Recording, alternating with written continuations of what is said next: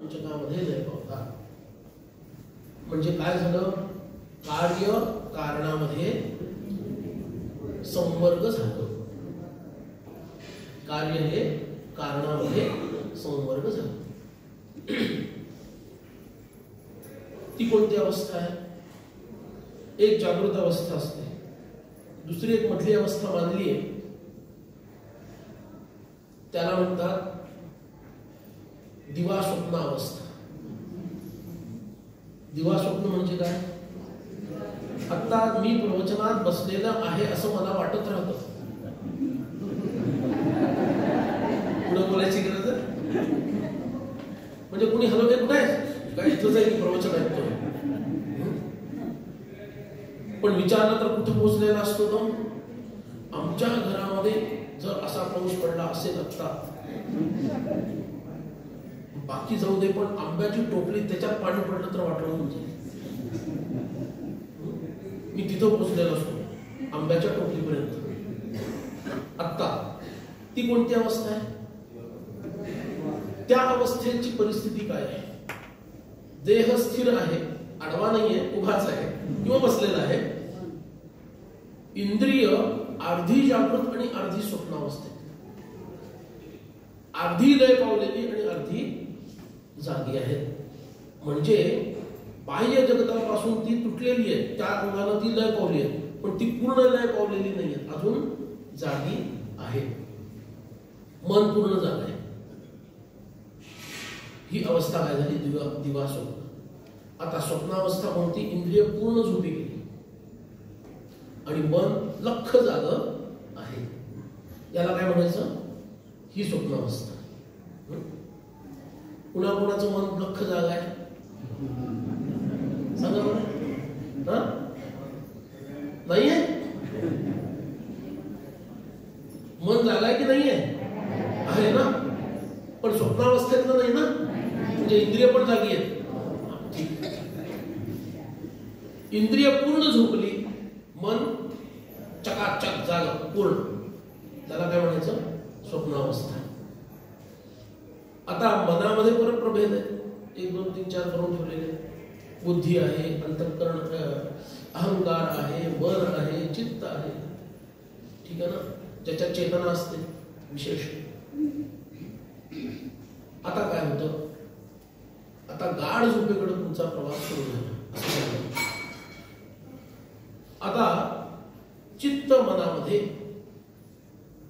मन अहंकारामध्ये, अहंकार बुद्धीमध्ये आणि बुद्धी प्राणशक्तीच्या माध्यमातून आत्म्यामध्ये लय पावते.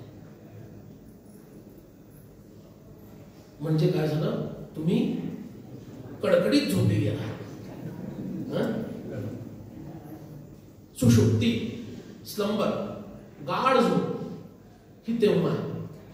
मध्ये जेव्हा उठवलं जातं ना तुम्हाला, तेव्हा तुम्ही अशा हडवडून असे जागे होता बघा. ती जी अवस्था आहे ती कधीची आहे? कुठली तरी अजून ती प्रक्रिया सुरू आहे विलयाची, ती पूर्ण झाली नाहीये. मन अहंकारात लय पावतंय हळूहळू, अजून लय पावलेलं नाहीये. बुद्धी पूर्ण जागी आहे, अहंकार पूर्ण शाबूत आहे, किंवा अहंकार लय पावतो बुद्धीमध्ये, बुद्धी पूर्ण जागी आहे, आणि एकदम तुम्हाला उठवलं तर हळूहळू तुम्ही उठता. पण हे सगळं लय पावलेलं आहे. तर मगाशी समाधीचा विचार सांगितला त्यांनी. समाधी अवस्थेमध्ये काय होतं? अवस्थात्रयातीतः झाले ना, काय होतं सांगा? मन कुठं असतं, चित्त कुठं असतं, बुद्धी कुठं असते, कुठं गेलेलं असतं ते सगळी मंडळी? आत्ताच ऐकलं ना हो?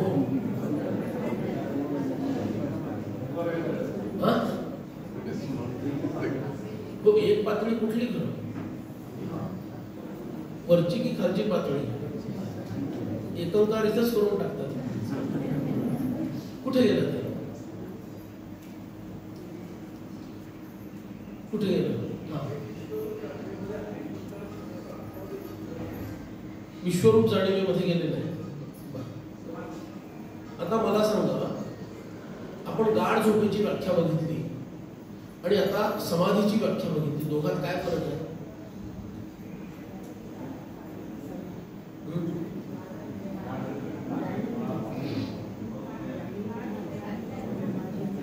नाहीये.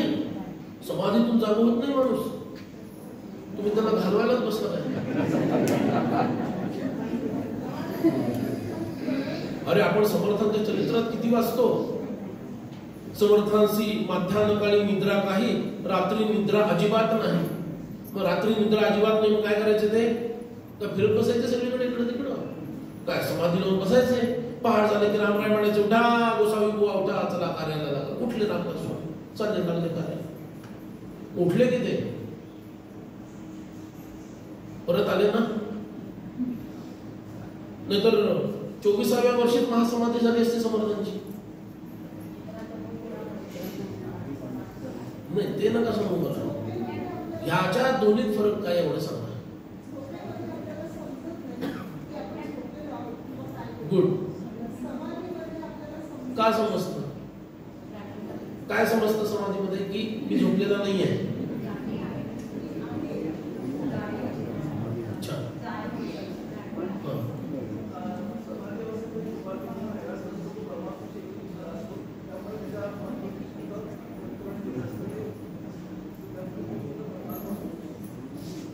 हे बघा सांगतो सोप्या भाषेत, आत्ताच्या कॉन्टेक्स्ट मध्ये सांगतो. निद्रा किंवा ज्याला झोप, गाढ झोप म्हणतो ना, ही सत्वगुणातून तमोगुणात जाण्याचं अधःपतन आहे. आणि झोप आणि समाधी ही सत्वगुणातून शुद्ध सत्वाकडे जाण्याचं ऊर्ध्वगमन आहे. हा फरक आहे. नाहीतर दोन्ही सेमच आहेत ना. इकडंही मन बुद्धी चित्त अहंकार नाहीये, इकडंही. मग झोपलेलंच बरं, झोपूनच राहिलेलं बरं. एवढं परमार्थाची साधना करायची म्हणजे काय? मग सगळ्यात पुढे तर आमचा कुंभकर्ण गेला असता परमार्थामध्ये, नाही ना. पठ्ठा 6 महिन्यातून एकदा उठणार आणि नंतर परत 6 महिने झोपणार. त्याच्या एवढा तर दुसरा कोणी झालाच नसता मग परमार्थामध्ये. पुढं फरक काय या दोन्हीमध्ये? हे सर्व प्राणशक्तीमधून आत्म्याशी लय पावतं. अंतःकरण हे सत्वात्मक आहे, म्हणजे सात्विक शक्ती आहे. तिचं अधःपतन कुठं होतं? प्राणशक्तीत होतं, रजोगुणात होतं. आणि त्या माध्यमातून ती आत्म्याकडे ढकलली जाते, कारण त्याचा सोर्स आत्मा हा आहे. अंतःकरणाचा सोर्स काय आहे? त्याच्यात एक मध्ये भाग येतो, अविद्या काम कर्म हा विषय येतो. तिसरा देह अविद्या कामकर्म याच्यामध्ये येतो. तो अधिक सूक्ष्म आहे आणि त्या माध्यमातून तो चौथ्या देहात आत्म्यामध्ये प्रवेश होतो. पण दॅट इज डाऊनफॉल. का? सात्विक असणारं अंतःकरण रजोगुणातून लय पावलेलं आहे. आणि समाधीमध्ये काय झालं? सात्विक असणारं अंतःकरण शुद्ध सत्व असणाऱ्या आत्म्यामध्ये थेट पोहोचल्यामुळं त्याचं अपलिफ्टमेंट झालेलं आहे. काय झालं म्हणजे 9वीतून 10वीत गेलाय तो, बरोबर ना. म्हणजे 9वीचं ज्ञान सगळं आहे, प्लस 10वीचं आता झालेलं आहे, असं झालेलं आहे. म्हणजे आणि आता पुन्हा जागे होताना काय होणार? जागे होताना सर्वप्रथम बुद्धी जागी होणार. जेवढं आपल्याला कळतं तेवढंच सांगतो. कारण देहाबद्दल फार नको घ्यायला. अविद्या काम कर्म, सूक्ष्म देहाचा विचार करू. सगळ्यात पहिल्यांदा कोण जागा होणार? बुद्धी. बुद्धी म्हणणार माझ्या एकटीला काही जमत नाही. ती म्हणते मला अहंकार पाहिजे, बरोबर. ती अहंकाराला उठवते, ओठ किती झोपलायस? तो उठतो विचार, काय ग बाई का उठवलंस? ती म्हणते आपल्याला उद्याची सगळी कामं करायची आहेत ना. तो म्हणतो मला एकट्याला काही करता येत नाही, मग तू मनाला उठवतो. मग म्हणतो माझ्या एकट्याला काही करता येत नाही, तर चित्ताला उठवतो. कारण काय काय करायचं स्टोरेज तिकडे आहे. हे सगळे मिळून म्हणतात, आपण मीटिंग घेतात, काय करायचं राव. आपल्याला 2 दिवस लागतात, त्यांना 2 मायक्रोसेकंड पण पुरतात हे सगळं व्हायला, बरोबर. आपलं 2 दिवसाचं आहे ना, त्यांना 2 मायक्रोसेकंड पण पुरतात. हे सगळे कुठले? ते म्हणतात की चला इंद्रियांना जागा करा, मग मग ज्ञानेंद्रिय जागे होतात, सत्वातली येतात. ज्ञानेंद्रिय म्हणतात नुसते आम्ही जागे होऊन काय होणार आहे? कर्मेंद्रिय जागी करायला पाहिजे. कर्मेंद्रियांना धक्का बसतो, ते पण जागी होतात. एवढं सगळं होतं आणि त्याच्यानंतर मग काय होतं, हे सगळं झाल्यानंतर मग आपण डोळे, मग घरातल्यांना पण हायचं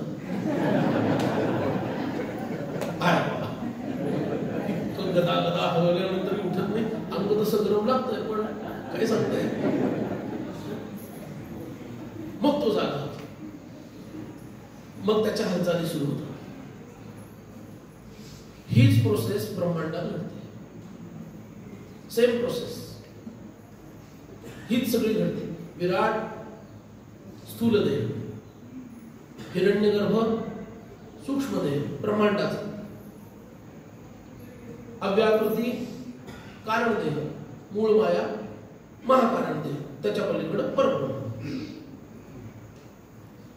झोपी जाणलेले आहे म्हणजे काय, विराट तत्व कुठे जाणार, हे जे सर्व भूत आहे ही कुठे जाणार, त्याच्या सूक्ष्म देहात म्हणजे हिरण्यगर्भात्मक ब्रह्मदेवामध्ये प्रविष्ट होणार. ते हिरण्यगर्भात्मक जे मन आहे त्याला ब्रह्मदेव असं म्हटलेलं आहे. ठीक आहे ना, त्याच्यात ते प्रवेश करतात.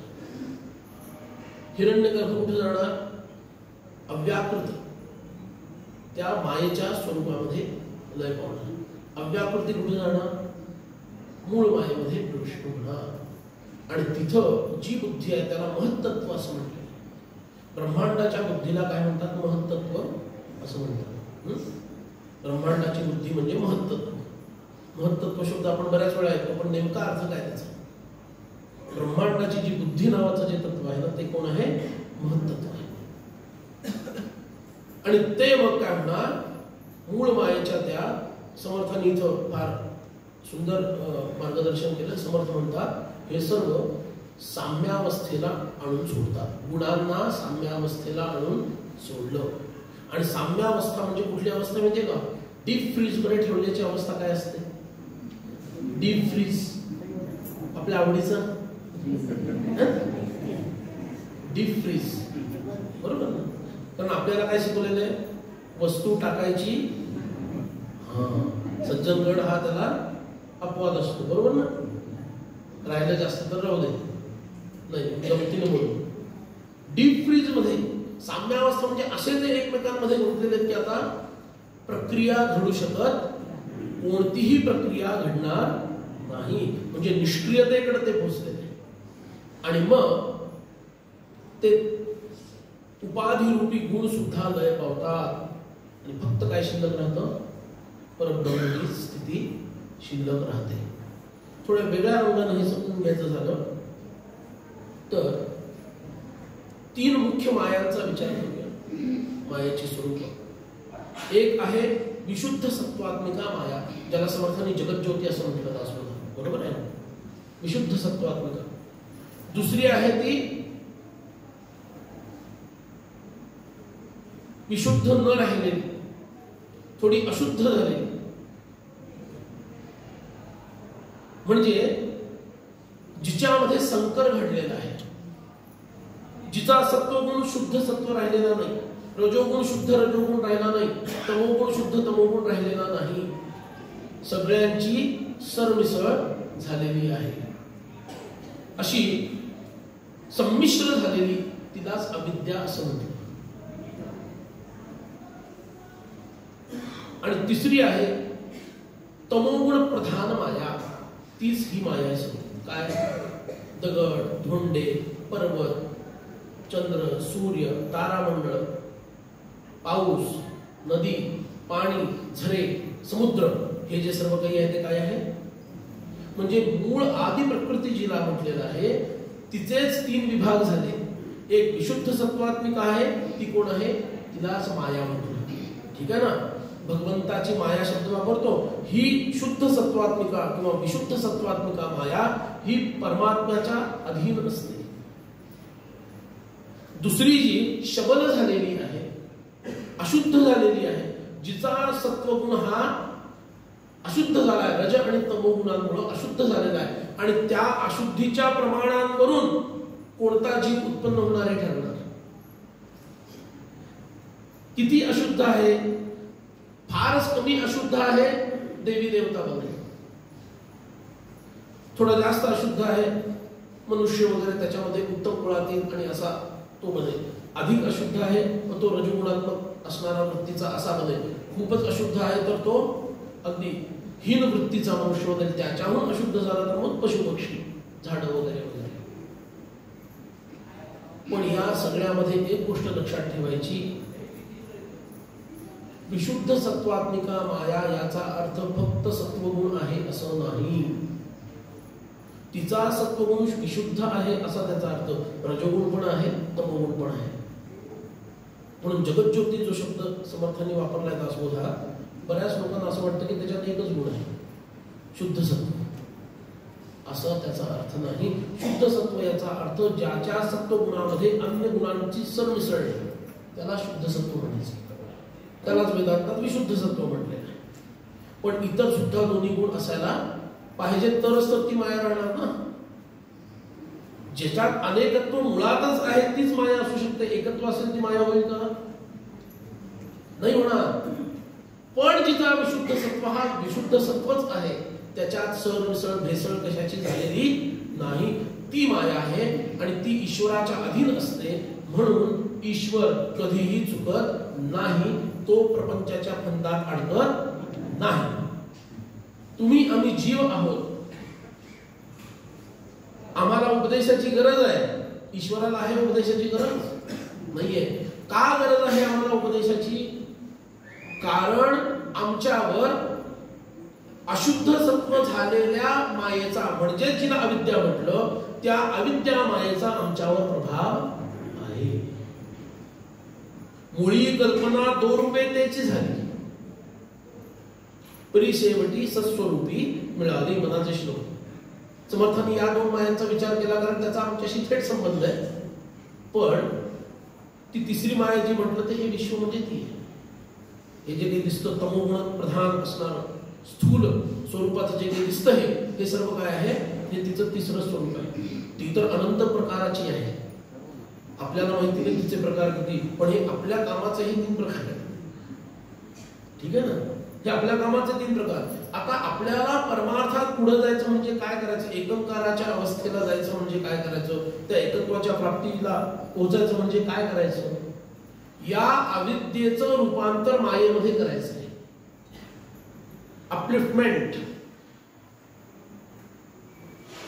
म्हणजेच, दुसऱ्या शब्दात, माझ्या प्रश्नाचं उत्तर द्या. दुसऱ्या शब्दात अविद्येचं जर रूपांतर मी म्हणतो ते मायेत करायचं जर बरोबर असेल माझं म्हणणं, तर दुसऱ्या शब्दात काय म्हणता येईल?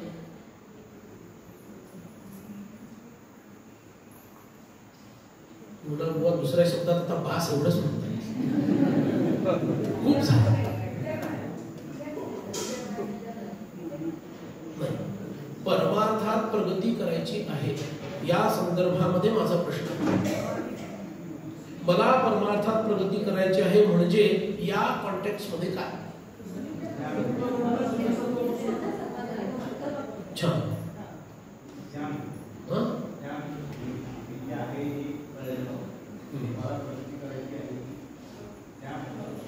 बर, आणखी वाढत नाही. बर, आणखी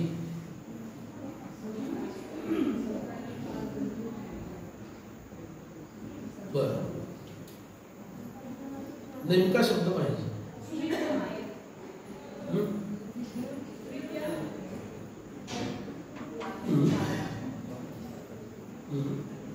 बरोबर आहे. कार्याचं काय तुम्ही असं लांबून लांबून सांगताय, मला ते नेमकं सांगत नाही. म्हणजे जीवदशा घालवून ईश्वर दशेला प्राप्त व्हायचं. जर शुद्ध विशुद्ध सत्वात्मिका माया ही ईश्वराच्या अधीन असते आणि ईश्वराकडं अविद्या नसते, ते मी सांगायचं राहून गेलं पण ते तुम्हाला समजलं असेल. ईश्वराकडं अविद्या नसते आणि जीवाकडं अविद्या असते, म्हणून तर तो जीव आहे. परमार्थात मला प्रगती करायची म्हणजे काय करायचं याचा अर्थ? जीवदशा घालवून ईश्वर दशेला जायचं आहे. बरोबर ना? पण ती तर अंतिम अवस्था आहे का? तिथे एकोंकार आहे का? एकत्व आलंय का तिथं? का नाही आलं? कारण त्याच्याकडे ती माया आहे ना. आता तिथून पुढे जायचं आहे. पुढचा टप्पा परब्रह्मस्थितीला, बरोबर? जिथं मायेचा माणूस सुद्धा नाही, तो एकच एक आहे. आणि तो एक आहे इथून आपण सांगू शकतो, तिथं गेल्यानंतर एक म्हणायला सुद्धा वाव नाही. कारण तिथं एक आहे म्हटलं की दोघं असल्याशिवाय एक आहे असं दुसरं पण म्हणू शकत नाही. हे सगळं तुम्हाला माहिती आहे, त्यामुळे त्यात जास्त जायला नको. पण परमार्थाच्या अंतिम स्थितीला जायचं म्हणजे 2च स्टेप आहे. त्याच्यात किती जन्म घालवतोय आम्ही? तुकोबा काय म्हणतात, किती वेळा जन्मा यावे किती व्हावे फजित. 2च स्टेप. पहिली स्टेप जीवाचा ईश्वर होणे, हीच मुख्य स्टेप आहे. ईश्वराचा परब्रह्म होणे काही स्टेप नाहीच आहे खरं तर. का नाही सांगतो. पंचदशीच्या भाषेत बोलायचं फार सुंदर व्याख्या आहे. जीव कोण आहे? मी एकांकाराला धरूनच बोलतोय, बाकी इकडचं तिकडचं असं काही नाही. जीव कोण आहे? पंचकोशांची उपाधी धारण करणारा ईश्वर हा जीव. बघा आम्ही सांगतो ते बरोबर आहे. म्हणजे ओरिजिनली ही इज ईश्वर. मुळात तो ईश्वर आहे, पण समज काय झाली, मी जीव आहे. त्याची समज काय झाली आहे, मी जीव आहे. का? त्यांनी 5 कोशांची उपाधी घेतली. अन्नमय, प्राणमय, मनोमय, विज्ञानमय, आनंदमय. 5 कोशांची उपाधी त्यांनी स्वतःहून घेतली आहे. का घेतली? अविद्या, काम, कर्म यांच्या पगड्याखाली येऊन ज्या कोशांची उपाधी ज्याला कधीच लागणार नव्हती, ती उपाधी त्यांनी स्वतःहून माथी मारून घेतलेली आहे. म्हणजे मुळात जीव काय आहे? ईश्वर. ईश्वर किती असतात? जीव किती असतात? किती असतात? अनंत अनंत आहेत ना. प्रत्येक जीव ईश्वर आहे. फक्त ईश्वर सर्वभूतानां हृद्देशे अर्जुन तिष्ठति हे म्हणण्यासाठी म्हणणं आहे. अर्जुनाच्या त्या स्थितीला समजावं बुद्धीच्या म्हणून भगवंतांनी तसं सांगितलं. ते काय अंतिम सत्य नाही आहे. जीवांच्या हृदयामध्ये ईश्वर असतो. अरे ईश्वर असतो म्हणजे काय? तोच तर जीवच मुळात ईश्वर आहे. आत्ता त्याला जेवढं कळतं त्या अंगानं भगवंतांनी सांगितलेलं आहे. म्हणजे कसं, चंदा मामा, ठीक आहे, मामा तर मामा घे. आता मामा म्हटल्याशिवाय त्याला चांदोबा कळतच नाही. जेव्हा तो हुशार होईल मग त्याला काय सांगतील, हा पृथ्वीचा सॅटेलाइट आहे बरं का. तो थोडा मोठा झाल्यानंतर सांगतो. आत्ता त्याला सांगताना काय सांगितलं, सगळ्यांच्या हृदयात ईश्वर आहे. मग सगळ्यांच्या हृदयात किती ईश्वर आहे?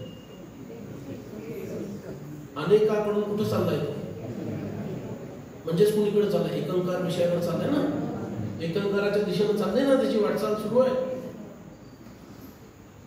आता जर जीवाला ईश्वर म्हणायचं झालं तर काय करावं लागेल? अविद्येचा पगडा दूर करावा लागेल. बरोबर आहे ना. आणि ईश्वराला ब्रह्म व्हायसाठी काय करायला लागेल? मायेचा पगडा त्याच्यावर नाहीये म्हणून तो ईश्वर आहे. ईश्वराचा पगडा मायेवर आहे. फरक कुठे आहे बघा. अविद्येचा पगडा जीवावर आहे. अविद्यारूपी मायेचा पगडा जीवावर आहे आणि ईश्वराचा पगडा मायेवर आहे. म्हणून त्याला फरक पडत नाही. म्हणून मी म्हटलं की सेकंड स्टेप नुसती नाममात्र आहे.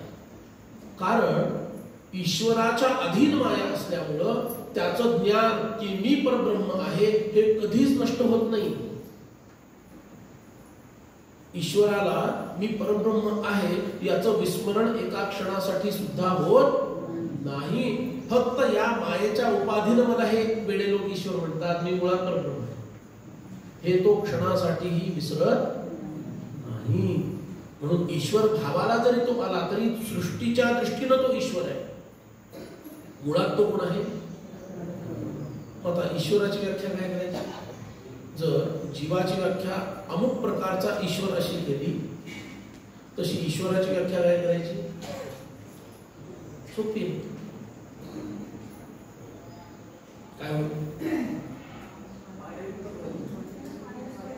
मायेची उपाधी असणारं परब्रह्म म्हणजे कोण आहे? ईश्वर आहे. मायेची नाव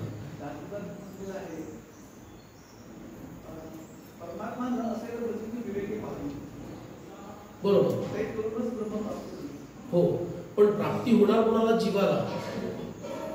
तिथं प्राप्त करायचं काहीच नाहीये, मुळातच आहे. जीव भाव सोडला की ते असणार आहे.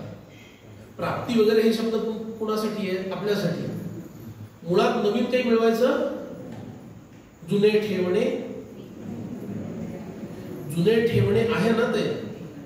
मी पणे आकळे ना, अरे ते माझंच आहे, माझंच कुठलं मीच आहे हे कळत नाहीये. हाच तर घोटाळा झालाय. का? अविद्येमुळं.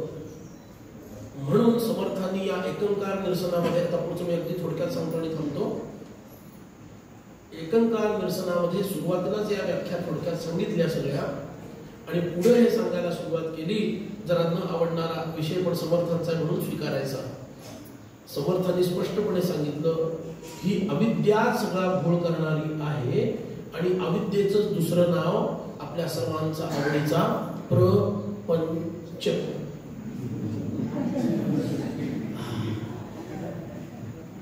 वा, इथंच क्लायमॅक्स झालेलं आहे. आता लगेच थांबायला अजिबात हरकत नाहीये.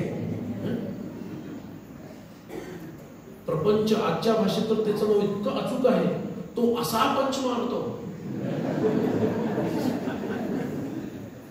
प्रपंच म्हणून असा पंच मारतो की समोरचा आडवाच व्हायला पाहिजे. म्हणजे मोहम्मद अली आणि तो माईक टायसन दोघं एकत्र येऊन एखादा पंच मारल्यानंतर कसं होईल, तशी अवस्था. तुमच्यातले बरेच अभ्यासक आहेत. समर्थांच्या स्फुट प्रकरणामध्ये षड्रिपू प्रकरण आहे. त्याच्यात कन्व्हेन्शनल 5 घेतलेले आहेत आणि एक ऍडिशनल घातलाय. 6वा रिपू समर्थांनी प्रपंच हा घातलाय. बघितलंय का तुम्ही? घातला ना 6वा. एकाला कमी केलं. कोणता कमी केलाय? मद केलाय. एक कुठला कमी केलाय, आणि तिथं 6वा विकार म्हणून प्रपंच घातलाय. समर्थांना किती राग आहे या प्रपंचाचा? किती राग आहे?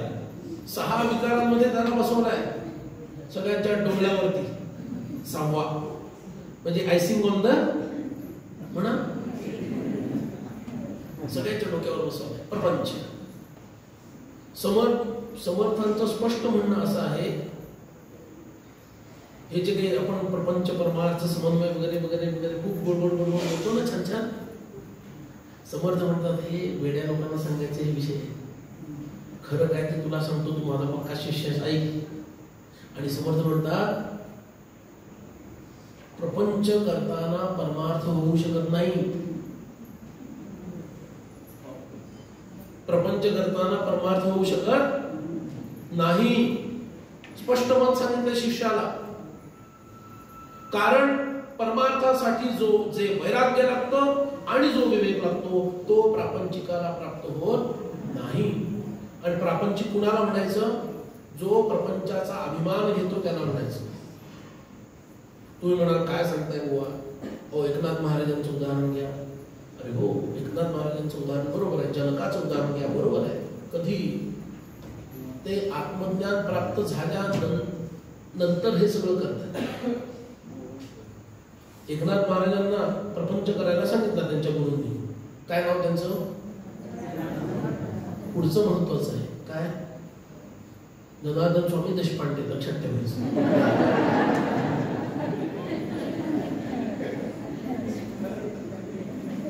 कधी पाठवलं त्यांना प्रपंचामध्ये?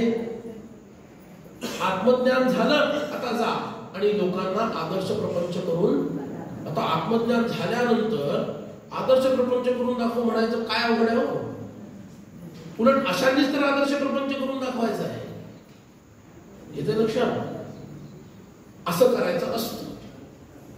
आजच्या भाषेत उदाहरण सांगू का? किराणा हिल्स मध्ये कुणी जायचं? आता मिसाईल झालं ना काम त्यांचं. किराणा हिल्स मध्ये जायचं कोणी, ज्यांनी ते प्रोटेक्टिंग कव्हरिंग लावलेलं आहे, किरणोत्साराचा परिणाम होणार नाही असं जे काही प्रोटेक्शन आहे वरचं, हे ज्यांनी लावलंय अंगावर, त्यांना तिथं जायचं ना. आणि काय काय गोंधळ झाला बघूया, ब्रह्मोस कुठेपर्यंत गेलेला आहे. हे कुणी करायचं, ज्याच्याकडं प्रोटेक्टिंग कव्हरिंग आलेलं आहे त्यांनी करायचं. आमच्याकडे आहे प्रोटेक्टिंग कव्हरिंग, वर येताना भिजत आलो तरी आम्हाला सहन होत नाही. कुठलं प्रोटेक्टिंग कव्हरिंग करणार. नंतरच्या काळात समर्थांनी सूट दिली, पण ती सूट आहे एवढं लक्षात ठेवायचं. सूट उठातले तसले नाही, जाऊ दे, काहीच न करण्यापेक्षा, अगदीच वाया जाण्यापेक्षा होत नाही हो काय. पण मी काय करू शकतो, मी इथं बसून तर खोटं बोलू शकत नाही. त्या समासाचा पूर्ण तुम्ही जर आढावा जरी घेतला, धावताच घ्या मी तर म्हणतो, बरं का. समर्थांनी स्पष्ट सांगितलेलं आहे, विवेक आणि वैराग्याची प्राप्ती प्रपंचात होत नाही. आणि हेही पुढे सांगितलेलं आहे, लोक जनकाधिकाच्या मागे लपतात, जनकाचं उदाहरण पुढे करतात आणि स्वतःचा नाश करून घेतात. अरे पण मग ज्यांना हे जमतच नाही त्यांनी काय करायचं. मग त्याच समासात समर्थांनी म्हटलं, बर बाबा तुला प्रपंच करायचाच आहे, त्याला सत्य म्हणून करू नकोस, सत्य समजून करू नकोस. कोणता विवेक पाहिजे. प्रपंच हा नाशिवंत आहे, हे किती जरी वेळा भोगलं तरी सुद्धा एक दिवस माझ्या वाटणीचा अमरस दुसऱ्याने प्यायला, मग तो अगदी माझा नातू का असेल, त्या दिवसासाठी नातू, तुझा माझा संबंध नाही, संपला विषय. आज मी तुझ्याशी बोलतो, त्याला धपाटाही मारता येत नाही. आजचे नातू म्हणणं काही साधी आहेत काय, त्यांना धपाटाही मारता येत नाही. मग आज काय करायचं, भाऊ आजोबा बोलत नाही, आजोबा का बोलत नाही, तुम्ही त्याला बोलत नाही, तो अजून दोन वाटतं संपवतो. बघा, समर्थांनी प्रपंचाला फार मोठा शत्रू मानलेला आहे परमार्थाचा. आणि आम्ही मात्र काय म्हणत असतो, प्रपंच परमार्थ समन्वय. अरे ते समर्थांनी म्हणावं, ते एकनाथ महाराजांनी म्हणावं, तुकोबांनी म्हणण्याचा प्रयत्न करावा, कारण त्यांनी केलाच नाही समन्वय. त्यांनी कुठे केला समन्वय, त्या लोकांनी म्हणावं, आम्ही त्यांच्या नावानं म्हणतो. आणि होते काय गडबड. हे बघा, एक शब्द तुम्ही ऐकला असेल, प्रपंच सांभाळून परमार्थ करा. ऐकलाय तुम्ही.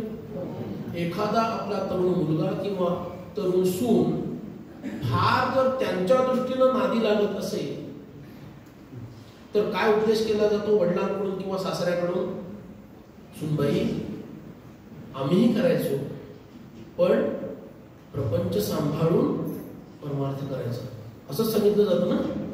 बरोबर आहे की चुकीचं आहे. मग याच्यात करायचं काय आणि सांभाळायचं काय, काय करायचं काय. प्रपंच करून परमार्थ सांभाळा असं म्हटलंय की परमार्थ प्रपंच सांभाळून परमार्थ करा असं म्हटलंय. काय म्हटलंय ते,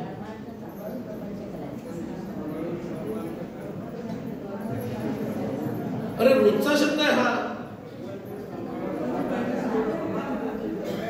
ते झालं. पण प्रपंच करून प्रपंच सांभाळून परमार्थ करा असं म्हणताना सांभाळायचं कशाला आहे, प्रपंच सांभाळायचं आणि करायचं काय आहे, परमार्थ करायचा.